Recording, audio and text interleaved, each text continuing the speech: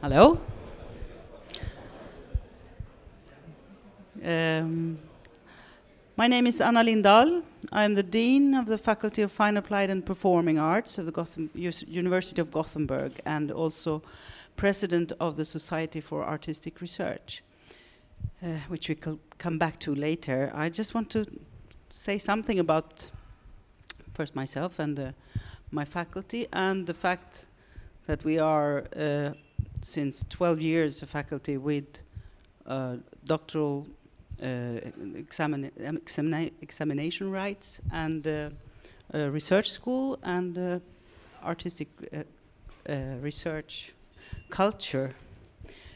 I am a musician as a basic and still active. Dean since 4 years in Gothenburg. Before that, I was professor of the Royal College of Music here in Stockholm. Gothenburg has a short but intensive history of the Faculty of Fine Applied and Performing Arts. It's we have a very diverse culture of art education and research, with music, opera, theater, musical education, design, craft, fine art, Valand, film, photography, and literary composition. I think I got everything. And of course, all these different areas are not so big within this faculty of around 2,000 students and 7 institutions at the moment. We have had this story of 12 years of faculty with the right of the research school, right to examine. It's quite a short history, but it has given a fantastic perspective on these issues. We are hosted within a university that is very, very friendly towards the fact of artistic research and research education and artistic expressions and cultures within our different educations. There are 2 faculties in Sweden, so started at the same time in Lund and Malmö and in Gothenburg. It's just in these 4 years that I have been there has been a big change in Swedish legislation in these things because of the new artistic doctoral examination rights that have come, and the new doctoral degree. When my first faculty board was elected 4 years ago, at the same time as I was elected dean, the elections had to be redone because suddenly they realized within the university that we were doing everything wrong within the artistic faculty, because we were letting people elect representatives of the faculty board that didn't have a doctoral degree, and because they were just artists or teachers within the arts. And it had to be redone and extended, and it was a big thing. It was a big, very strange way to start to run a faculty. But and then when they started to count, they realized that there were 13 people within this faculty that could vote for the faculty board, which was, of course, around 13 people. So it was, there was a problem. So that was a little bit beginning of our idea to work for the artistic competence as equivalent of the scientific. And there we are today, 2010, 1st of January. Artistic competence is equivalent of a scientific competence according to the law, högskolelagen. So that's it. There have been some obstacles on the way, but what I can see in this development and where we are now, that we are still in the beginning of what is artistic research. We have so diverse cultures. We have many different perspectives from the different art disciplines, from different countries. We are very engaged in the international collaborations to enlarge the mass of the different environments. You can see very clear differences also only within Europe, where you have let's say the UK more academic, humanistic oriented artistic research and research education. You have the Scandinavian, where we are representatives in different ways, but more directed towards a very artistic perspective, with the artistic practice as the base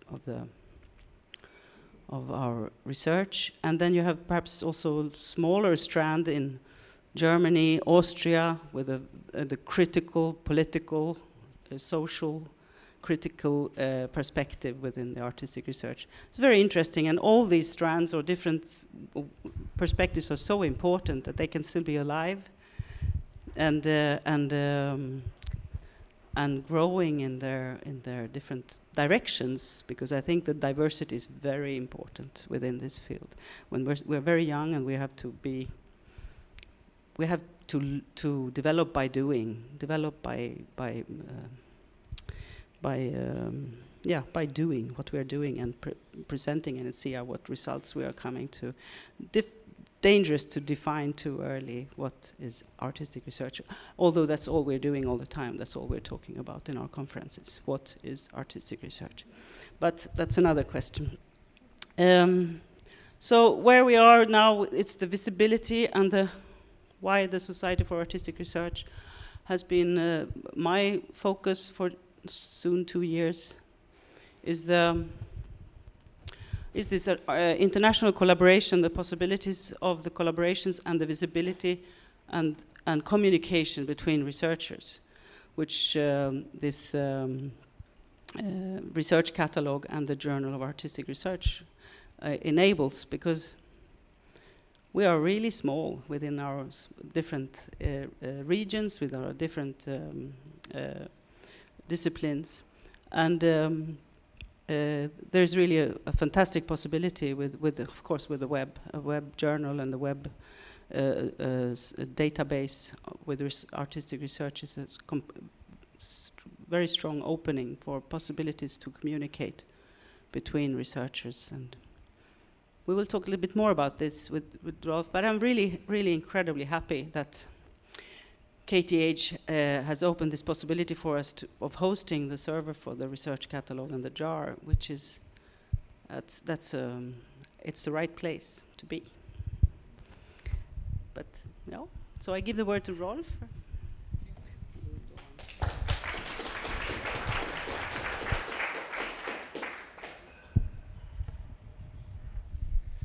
Thank you, Anna. My name is Rolf Hughes, and I'm a professor of design theory and practice-based research at Konstfack. I'm also on the expert committee alongside Bosa Westerlund here, expert committee for artistic research at Vetenskapsrådet, and additionally vice president of the Society of Artistic Research, which is an international network. So all that to say that I'm involved very much in strengthening and extending artistic research nationally and internationally. I realized over lunch that since arriving in Sweden about 15 years ago, I've spent 7 years at KTH and 6 years at Konstfack. So I'm very happy about this initiative because it's sort of, bringing my bits together. I've also spent 1 year at Stockholm University, but that's another story altogether. What I wanted to do in my 5 minutes here is just to give you a few quick pointers towards some of the issues within artistic research itself, and also within its capacity as a fusion method. Its ability, in other words, to bring together forms of expertise that are usually kept apart, because this transdisciplinary theme, I think, is crucially relevant in research for Sweden over the next 20 to 40 years or so. And also I think it's a very important aspect of the types of relationship that a place like Konstfack and the other artistic high schools could have with institutions like KTH, Karolinska, and so on. So this is really the summary of everything I've got to say. I wanted to start with this slide, which is the observation that the world has problems, but universities have departments. And I would say not only universities, also research organizations are channeled into separate sort of subject areas. It may be that we need to reconsider and rethink those over the coming years. With artistic research, of course, we're very concerned with the question of knowing, with the legitimacy of knowing, and also the challenge of communicating what knowledge is for an artist. How does an artist know what she knows, and can she communicate this to those not only within her community of practitioners, but also beyond that community? What might be the most appropriate form or performance or language for doing so? So a couple of observations in that respect. One from the poet Paul Valéry, and I should say that my original training, my first 3 degrees were all in literature, so I keep coming back to literature to see connections between things, but I think I've spent more time teaching and architecture since then. So Paul Valéry's comment is best would be to think in a form one had invented. And this again is a challenge for artistic research, to create new research objects, methods, rituals, ways of communicating together. But also the observation from Kenneth Burke that when we choose a way of seeing, we're also excluding other ways of seeing. So we should be aware of our exclusions. Artistic research has been hotly debated for 20 years or so now, at least since I've been involved. And it's to do with this pairing, this strange pairing of the words artistic and research. Do they cancel each other out? Do they create a third space? It's a sort of neither nor and a both and logic. So it's a paradox, I think a very interesting and useful one, a third space, or what our SAR colleague Henk Borgdorf calls a site of unfinished thinking, a monstrous category perhaps. And yet there is always this challenge of giving an account or describing the claim in artistic research. And I think this cartoon perhaps sums it up quite well, and perhaps also a relationship between different research cultures. One where research is made explicit, as you see in this sort of cybernetic diagram to the left, and the other one in which it's more to do with situated, embodied, tacit, or experiential forms of knowledge. Then a miracle occurs. What is that miracle? So the one creature is saying to the other one here, if you can't see, good work, but I think we need just a little more detail right here. So artistic research then is the integration of new research objects and methods in order to design and communicate extended systems of inquiry. I've been very interested in pushing forward the form of the PhD in many respects. My first PhD student is sitting right here, Katja Grillner, and her dissertation was an early experiment in pushing forward the dissertation. And since then, I'm working particularly in Brussels with architects and designers and artists who are really looking at the PhD escaping the confinements of the page. I wanted to then quickly go back to the 18th century to remind us that these sort of conversations are nothing new, and that, in fact, before we created these different modernist disciplines and specialized forms of working, we had the Romantic age in England and elsewhere, where artists, poets, engineers, scientists would all work together, and there was nothing strange or problematic about that. They did it under a common fascination or a shared interest in curiosity and wonder and imagination and pushing at the boundaries, the borders of knowledge. So I wanted to highlight that because it can sometimes feel like we're pioneering, but it actually, a lot of that work has also been there before. And I also wanted to show some contemporary examples. I've only got 2 actually. My first one is also from Konstfack, and she's sitting here. Linda Sharma Ostrand. This is her master's project from a couple of years ago, where she, in order to investigate questions of identity and hybridity, she, amongst other things, she basically created a new species of a frog. a fantastically ambitious and also, I would say, controversial activity, which could only be achieved through a high degree of interdisciplinary interaction with other experts from other fields. And I thought what was significant about this particular project, which was missed by the press who were looking for other things perhaps, what was really significant was that the exhibition was both exhibited at Konstfack and simultaneously at the Swedish Museum of Natural History. So again, the world has problems, universities have departments. Here is an example of one practitioner that is surmounting those separations. And here is another from the field of architecture, not from Konstfack, but from Bartlett in London. It's Rachel Armstrong, who is trained as a doctor and became a chemist and biologist and moved into architecture and is working with the idea of living architecture. In other words, the notion that in future buildings will be cultivated rather than built from components by industrial technologies. So her proposal here, which is developed to quite a large extent, is that you can train protocells to move away from the light and to solidify at the foundations of Venice, and thereby, through her interdisciplinary way of thinking, she could potentially solve a problem that has resisted the attempts of all monodisciplines to solve it so far. In other words, how do you stop Venice sinking into the soft sand underneath it? Final slide, which is really, again, an attempt to sort of be a bridge into the individual discussion sessions now. I'll leave you with this thought. It's a vision of the future from Freeman Dyson that was my colleague Ronald Jones, who is Professor of Interdisciplinary Studies at Konstfack, is also friends with Freeman, and Ron passed me this article, which ends, it's a review of the Age of Wonder book, and it ends with this interesting speculation, that if the dominant art form should be the design of genomes, if the dominant science in the new age of wonder is biology, then the dominant art form should be the design of genomes to create new varieties of animals and plants. And then he says, if this dream comes true and the new art form emerges triumphant, then a new generation of artists writing genomes as fluently as Blake and Byron wrote verses might create an abundance of new flowers and fruit and trees and birds to enrich the ecology of our planet. Most of these artists would be amateurs, but they would be in close touch with science, like the poets of the earlier Age of Wonder.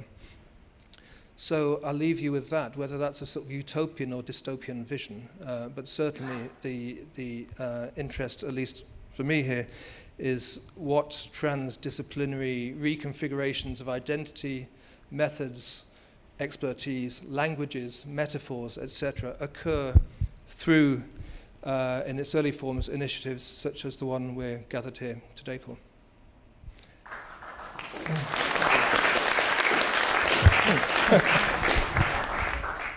And now, thank you. As a postscript, we mentioned that we would somehow do a sort of a dialogue or a double act around the Journal of Artistic Research, which feels like a bit of a sort of Valdunicum. Do our thing here. Okay? No? Is it on? If I talk to it, Okay. it will be on. Okay. Yeah, we just want to say some words about the Journal for Artistic Research. Had its first number coming out in December. A 0 number was published a year ago. It's the Society for Artistic Research, which is really a member-driven society by lots of institutions and actually also individual members, artists from academia and also outside of academia, artists from so-called free artists. Transdisciplinary, or interdisciplinary, we have all multidisciplinary, all different art forms is represented. The base for the Journal for Artistic Research is actually the research catalog, which is open source. You can read about it in the information here. I won't go into all the details, but it's an open source and open access research catalog where artists can publish their works as a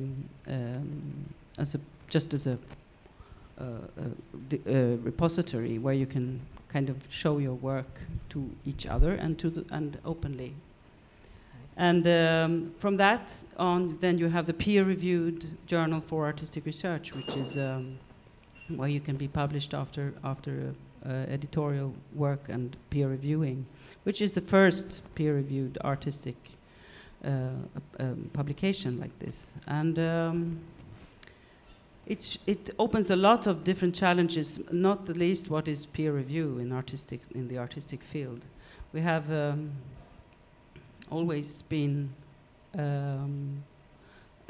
object of criticism and of evaluation and but this peer review is something very new for the artistic field, and it actually opens up very interesting ways of peer reviewing. I don't want to say something about it.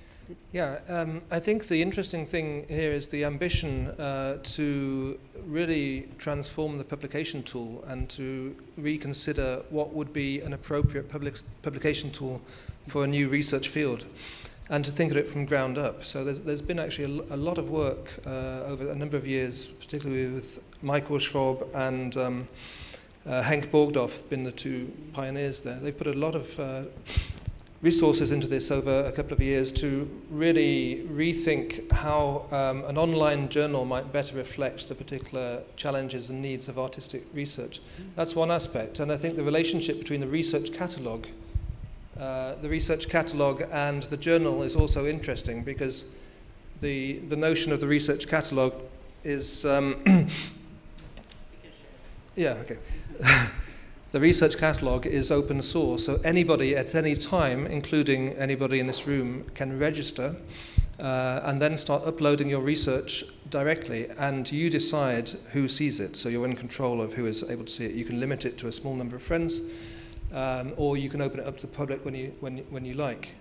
The purpose of this is to create over time a weave that the other users make connections between the different projects there. So there's quite complex user-driven weaves emerging from the various projects as they get uploaded.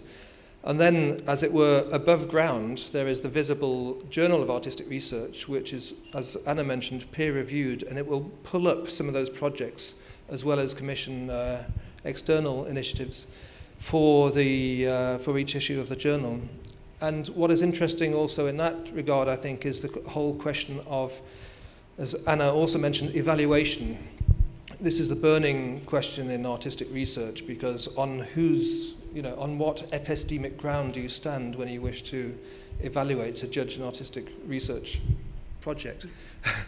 You need practicing artists of various sorts. You also need people who can assess the claim, the claim that's being made in scientific or in research terms. And again, it may point to the fact that we need hybrids, as this word that has come up before today, but we need hybrids, multiple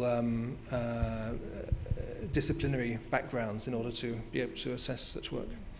And also the process of peer reviewing is, of course, it's impossible to have a double-blind peer review in artistic research. It would be ridiculous. I mean, if we try to be blind for what we see or what we will recognize people and artists. So we try to solve that in the other direction, to be open, really open about it, not blind at all.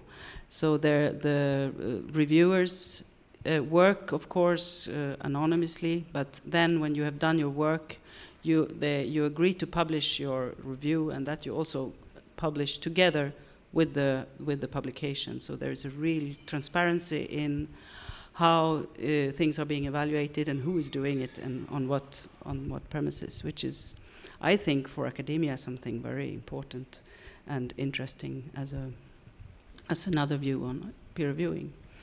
It would not be possible in any other way for us. I think it would be very unnatural. I can say one more thing.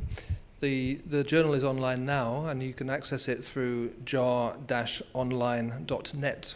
I don't know if you can see the URL up there, but just one other footnote. What we are investigating now is the notion of doing something similar to the live event. This may be a longer-term ambition for the Society of Artistic Research, but to rethink the live event, the conference, the performance, thinking about the performing arts, but also the ways that we encounter the research event itself in a way that we can make it more appropriate or more dynamic or more compelling, and